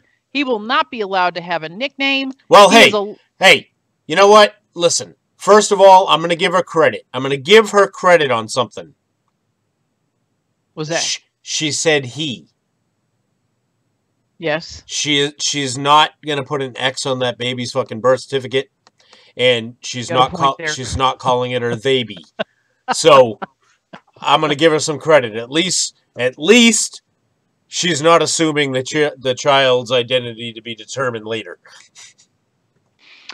So she says he will not be allowed to have a nickname. He used to be called by his full and complete first name. Why would you do that to a kid? This is why. The name conveys power. It conveys wealth. It conveys success. And he's going to write that shit out. If you're 3 fucking days old, there's no success. Congratulations, you were born. That's your success. She added, explaining that she'd chosen the moniker because it hinted at the family's ties to senators and squires. Oh, Jesus. Senator who? I don't know. I wish I knew. McCain? That's not... Yeah, I was going to say that might not be a senator you want to connect with. Yeah. She says... Alexander Ocasio-Cortez? Right. Maxine Waters? Nancy Pelosi? Cory Booker? You ain't winning anybody over here, bitch. Have we missed any of the ones that we like to make fun of? My baby's name will be a revolution, she continued. It will push people to question everything. Oh, I'm questioning some stuff. That's for damn sure. The raving future mom told her family she was planning a smaller, more inclusive baby shower where she wouldn't be judged. So is that baby shower party of one?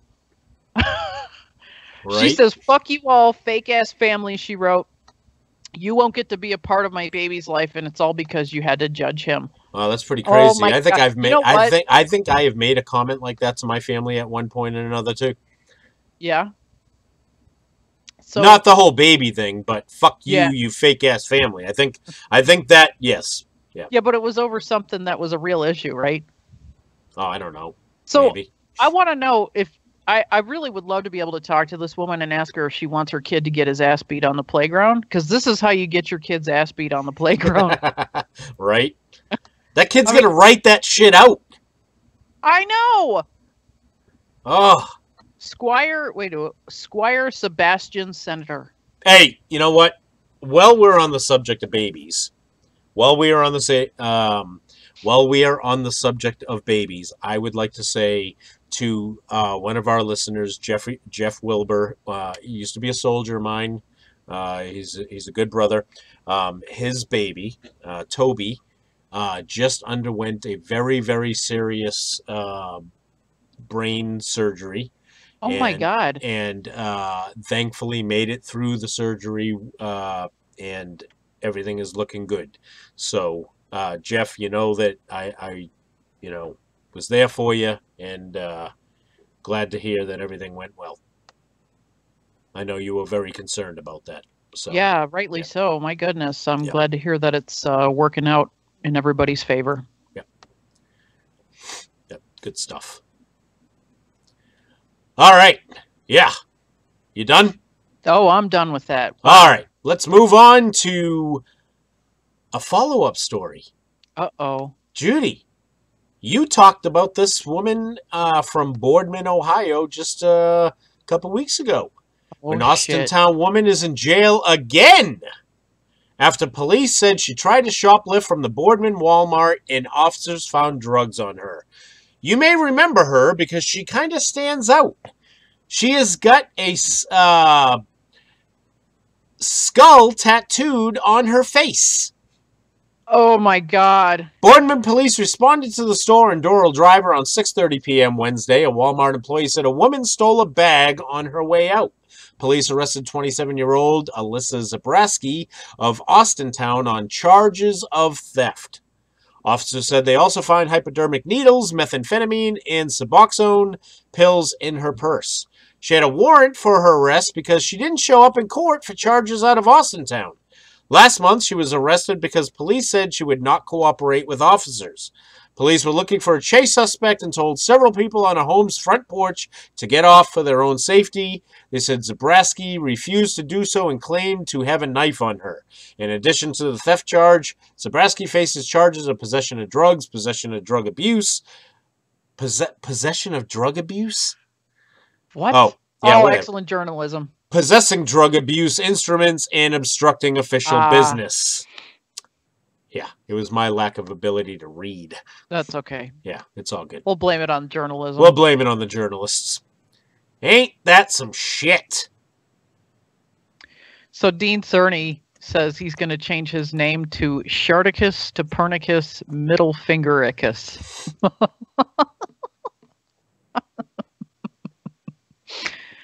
Oh, do you have a link to that article so we can see her fresh face? Oh, yeah, sure. Why? I mean, it's the same face she had last time. But yeah, absolutely. For anybody who missed it. I will put it in there right now. Because that's how I do. But moving right along. Move on while I'm doing this. Move on.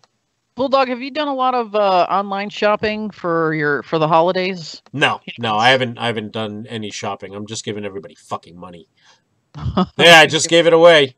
No, I'm just kidding. I don't know. Surprise! No, I haven't really done a lot of shopping yet. Okay. I've really been sucking on the shopping thing this year.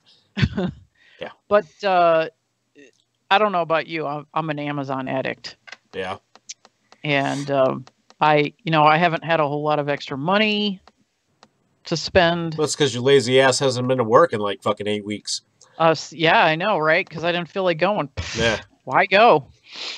So I found this article very, very interesting and perplexing. How's that? Because I do love Amazon, but I don't think I love it as much as some people do. It turns out millennials love Amazon so much, they'd give up sex or alcohol to keep shopping there. Millennials, what the hell is wrong with you people? A new survey revealed 77% of millennials would go without booze for a year rather than quit Amazon, and 44% would forego sex. Wow. The survey conducted by Max Borges, I'm assuming is how you say that, also uncovered the bizarre places where millennials used the online retailer. 47% shopped while using the bathroom. Okay, why is that bizarre? 24% while grocery shopping, 23% while sitting in traffic, 19% shopped while intoxicated. We have seen some fantastic intoxicated while Amazoning stories. 61% of millennials surveyed said they shopped in the middle of the night. Fewer than 1 in 4 millennials would buy a consumer tech product if the item wasn't available on the tech giant's website. Listen, I've said it before, if it's not on Amazon, you don't need it. The communications firm surveyed 1,108 18 to 34-year-olds in the U.S. who purchased consumer tech products on Amazon in the past year. A spokesperson from Max Borges agency said the survey was not paid for by Amazon. Listen, if we give up drinking alcohol, how are we supposed to make those ridiculous drunk purchases at 3 o'clock in the morning? I mean, really. Epic drunk purses such as like a Space Cat shower curtain or a Whoopi Goldberg Star Trek action figure. I mean, come on. Those are fantastic. And I'm just going to throw this out here. If you think Amazon is better than sex, you might actually be doing it wrong. What, Amazoning? Oh. Well, now that you mention it, I meant sex, but yeah, you could be doing it wrong. If there's, if you have Amazon pink shorts and a sandwich involved all in the same moment, yeah, you're probably doing it wrong. Yeah. Mark Zana buys all his prostitutes on Amazon. Like I said, if it's not on Amazon, you don't need it. All right. Dean Cerny says he has a drunk T5 story. No, really? Who doesn't? Oh my God. Matt King asked Cy were you included in this survey? Dean Cerny. I'm gonna get drunk and fuck Amazon right in her pussy. Fuck her right in the pussy. Oh, that's funny. Whoo, good times. Moving right along. Yeah, okay.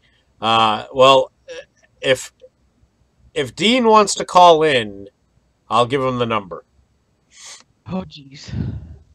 All right. Well, until we find out if that's the case, Casper, Wyoming. Uh-oh.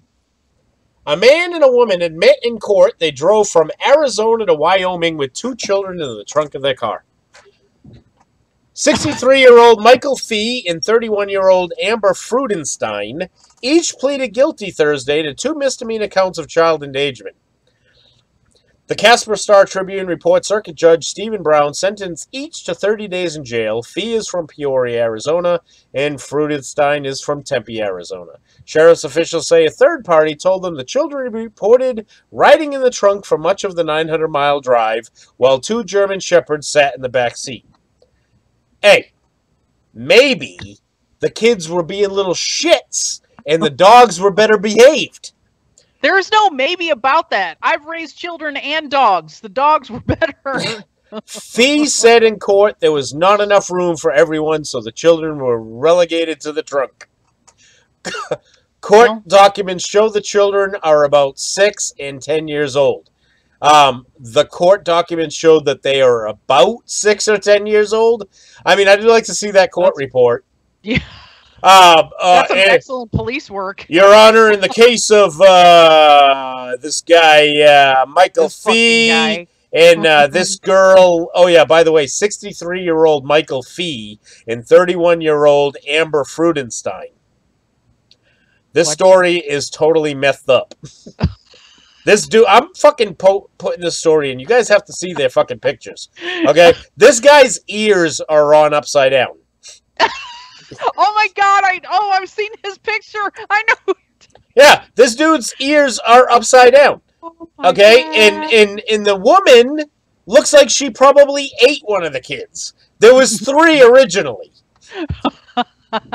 No, there was probably 5 kids by her look. Yeah, 900 miles. I mean, that is a lot of fucking driving. Gotta have snacks. And why 63 and she's 31? Some methed up story. Mark Zeta said, "What's wrong with that? My dad used to put us in the trunk all the time." Hey, if you had a Torino station wagon, you were in the trunk. Remember the seat in the back of the Torino station wagon? My dad made me sit in the back of the pickup. Really? In the bed of the pickup, yeah. Wow. The things we used to do. No, people would lose their fucking minds if they did that now. There was no seatbelts. Oh, there was the Torino station wagon had the floorboard, and then the floorboard would flip up. Oh, and the seat would be facing backwards, and you'd be sitting out there looking out the back window, doing this to the fucking 18. Window down too. No seatbelts. You'd be doing this for the 18-wheelers. Yeah. Yeah. Yeah. Doing the honk honk. Yeah. Picking your nose, flicking it out the window. Yep. Yep. And that was the best seat in the car because you were as far away from your parents as you could possibly be. Yeah. No seatbelts. Seatbelts. What is a seatbelt thing? My father cut seatbelts out of the car. I'd be up on the back dash. Listen, we were happy when we were kids because there were no seatbelt laws, which meant you could get out of mom's go-go gadget arm reach if she wanted to beat the crap out of you while she was driving. Yeah. Mark Zeta said, "We drove to Florida in the back of a pickup truck." Hey, nothing wrong with that. Nothing wrong with that. All right, moving right along. So this was... Did you see whether or not Dean wanted to call in? Because I didn't pay attention. I don't know. I missed it. The comments were scrolling too fast. No, so Chad Stoll says no car seats. Bullshit, there was car seats. They hung on the back of the seat, remember? And they were metal. If you got into a car accident in one of those... Yeah, if you got into a car accident with one of those car seats, you were dying. Yeah, the car seat would kill you. The car seat would kill you, yeah.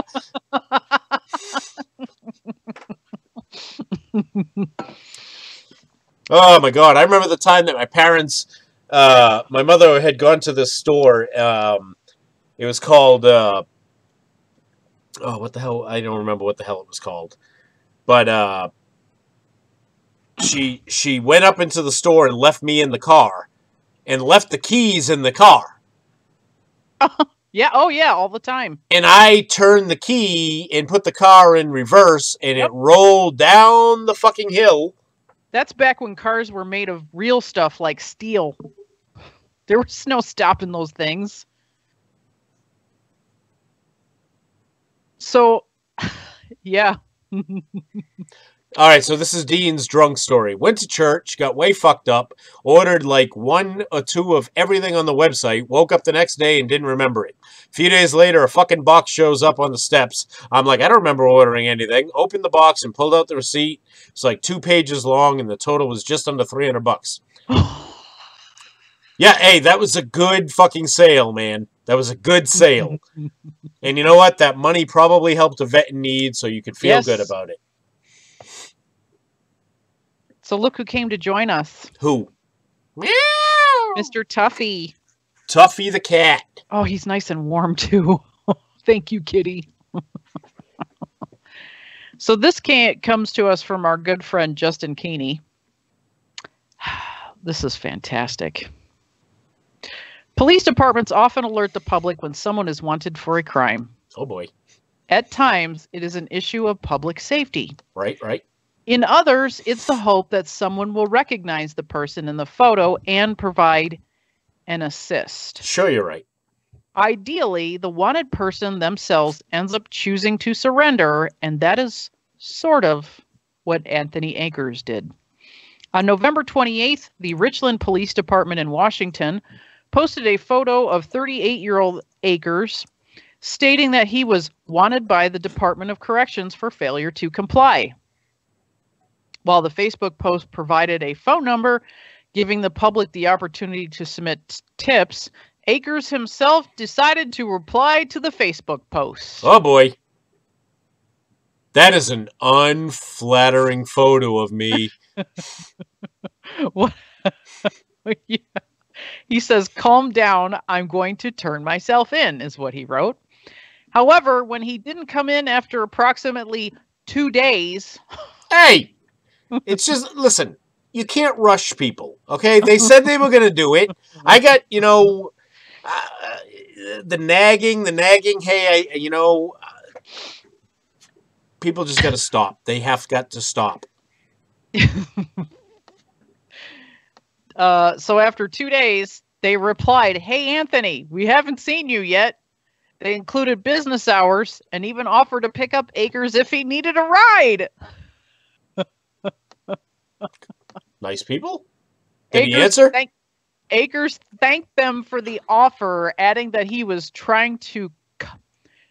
tying up a couple loose ends since I will probably be in there for a month. He added that he should be in there in the next 48 hours. At this point, other commenters were tracking the situation. When one asked the police department if Akers did turn himself in, they asserted that he had not yet kept his word. On Monday, December 3rd, the saga was still unfinished. The Richland Police Department posted a follow-up saying, Morose Monday, dear Anthony, is it us? Last Wednesday, we reached out to you as you wanted. You replied and even said you were going to turn yourself in. We waited, but you didn't show. After you stood us up, the post continued, we reached out again, this time offering you a ride. You replied and said you needed 48 hours. The weekend came and went. We are beginning to think you are not coming. Please call us anytime and we will come to you. I was going to turn myself into the cops, but I got high. Because I got high. Akers wrote again, assuring the police department, it's not you, it's me. Oh, this is a bad fucking breakup. This is terrible. Guys, people, don't use that. Come on. He says, I obviously have commitment issues. Oh, so now it's fun for him. I apologize for standing you up, but let me make it up to you. I will be there no later than lunchtime tomorrow. I know you have no reason to believe me after what I did to you, but I promise that if I don't make it tomorrow, I will call for a ride to assist me with my commitment issues. Thank you in advance to your response. If you are patiently giving me another chance with us, Acres added, I know I don't deserve it. P.S. You're beautiful. Oh, and the commenters, I'm actually going to post, I think I already did post a link. He actually took a picture of himself outside of the jail and he posted, I'm here for our date, sweetheart. Hey, you know what? At least he had fun with it. Good for him. Go big or go home, right? Good for him. Yep, I don't care. I ain't hating on him. I ain't hating. Who I am hating on is this California teacher. Uh-oh. California high school teacher has lost her job and is facing multiple criminal charges after a cell phone video emerged showing her forcibly cutting a student's hair while belting out an incorrect rendition of the national anthem. That should get her more than prison. That should get her a firing squad. Yeah. Okay. Margaret Giesinger, bless you, 52, who was teaching at University Preparatory High School in Visalia, faces 6 criminal misdemeanor charges, 1 count of false imprisonment, 2 counts of cruelty to a child, 2 counts of battery, and 1 count of assault, and not mentioned 1 count of not singing the national anthem correctly. She could serve up to 3.5 years in prison if convicted on all charges, according to the Tulare County District Attorney's Office. Cell phone video posted to Reddit on Wednesday shows Giesinger calling a male student to the front of the class. She makes him sit, then cuts chunks of his hair while singing the Star-Spangled Banner, transposing verses as she sings. The student moves away and Giesinger holds the scissors above her head, demanding that another student come to the front of the class. She can be heard telling students that someone will be chosen if no one volunteers. Giesinger begins to sing again and darts between desks, lunging at a female student. Giesinger pulls the student's long hair to the side as she attempts to cut it. The student yells at her to stop, then joins others fleeing the room. He couldn't believe what was happening, said Mark Vogt, an attorney for the male student whose hair was cut. He frankly didn't know what to do. He thought to himself, me or anybody else, she's coming for someone else. And in the video, of course, we see that later. But he was absolutely terrified. Witnesses told CNN affiliate KFSN that Giesinger showed up to her first period chemistry class brandishing a pair of scissors and saying it was haircut day. As events unfolded, one student reportedly ran to the main office to ask for help. Students also told KFSN that this was not the first strange episode involving the teacher. She holds clear single-subject teaching credentials that expire in September 2020, a spokesman for the Commission on Teacher Credentialing said. The commission disciplined her twice before the most recent incident. She received 1 week suspension in December of 2007, 2 week suspension in May of 2016. Under California law, only final disciplinary actions by the commission are made public. Yeah, blah, blah, blah, blah, blah. Blah, blah, blah, blah, blah, blah. CNN writes stories that will go on forever. Oh my God, you are not kidding. Giesinger was released from jail in Tulare County on Friday evening after posting a $100,000 bail, according to KFSN. She has been ordered to stay at least 100 yards away from the University Preparatory School. Now, if I was her, I would stand out there 100 yards away with a pair of scissors. Giesinger's husband told KFSN that the behavior shown in the cell phone video was completely out of character for his wife. She doesn't do stuff like this. It's not her. It's not who she is. So I don't know what's going on with her. I don't have any clue as to why she did this. Now, there is actually a video of this debacle, so I am going to share. Outstanding. Yes, I am going to share the video and the story with you so you can get a kick out of it. And then you can send letters to that school and say, don't ever let her come back. There you go. So, as we're Felix says, this chick sounds insane. Really? What was your first hint? So, as we're nearing the end of the show, I think, since it's December, we should do some seasonal stuff. And I found a really great one. Yeah. Last Thursday, a Scotland mom was embarrassed when she realized she had sent her 5-year-old son to a nativity with a sex doll. Oh shit! Whoa! Whoa! What kind of sex doll? Was it a dildo with hair and a fucking t-shirt? Nah. Helen Cox, 46. Oh, and her last name's Cox. Of course it is. Why wouldn't it be? Says she purchased the blow-up sheep on Amazon back in November without realizing what it actually was until her son Alfie was sent home from school because of it. I just can't believe it. I don't know whether to laugh or cry. How am I going to explain this to his teachers? The mom of 2 said. I have no idea if they've seen it was a sex toy and that's why they sent him home. I'm mortified. Cox said she was confused when Alfie got in trouble for having it at school. When he got home, she realized the doll, which had been listed online as LaBraise Kids Boys Brown Shepherd Costume Inflatable Sheep Nativity Fancy Dress Outfit. Oh, good. Nice. That came from some sort of Asian store. Had a large hole in its bottom, along with painted on eyelashes and red lips. Now, how do you spell Alfie? That would be Alfie. Nice. Yeah. I told him, you can't have this sheep, Alfie, but he kept asking why, so I had to make up a reason. Cox explained it, laughing. She explained that Alfie refuses to give up his new toy. I told him it didn't look like a proper sheep because it had a mustache, red lipstick, and a bow on its head, but he still wanted to play with it. She added that she plans to take the sex doll from him soon and claim it was the Elf on the Shelf. Elf on the Shelf isn't real? Wait a minute. Where was this? In the UK and Scotland. Nice. Since learning of the incident, Amazon has removed the item from its website. What? Saying that the seller did not meet the retailer's guidelines. Oh, boy. Well, of course they didn't, because they knew that you were going to take their shit down and keep them from... By the way, that is some kind of bullshit. It is. What? I just think it's... You know what really irritates me about this, though? This actually is... He's really cute, too, because he's dressed up like one of the shepherd. Mm. Hey, you know what? Let me ask you a question. Yes. I'm not religious, and if this offends anybody, get the fuck over it. Where did the whole nativity scene happen?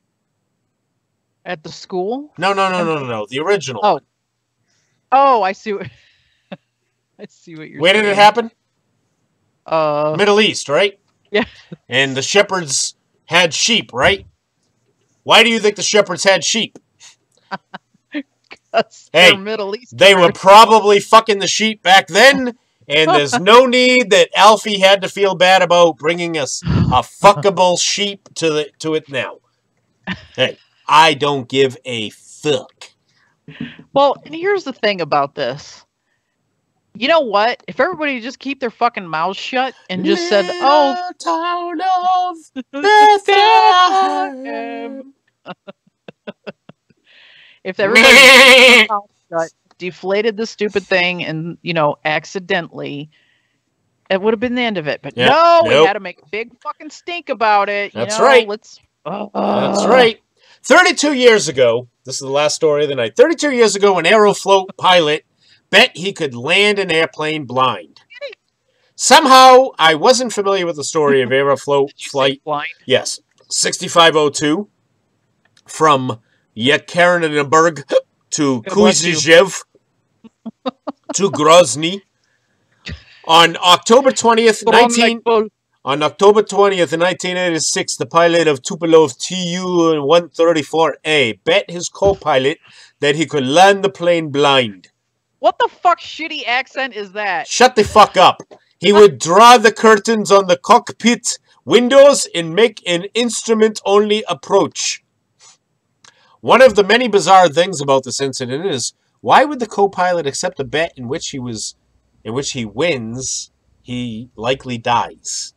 There's only the narrowest window in which he might win in bet and actually collect. On approach to Grozny, the pilot ignored the ground proximity warning. He ignored an instruction to execute a go-around.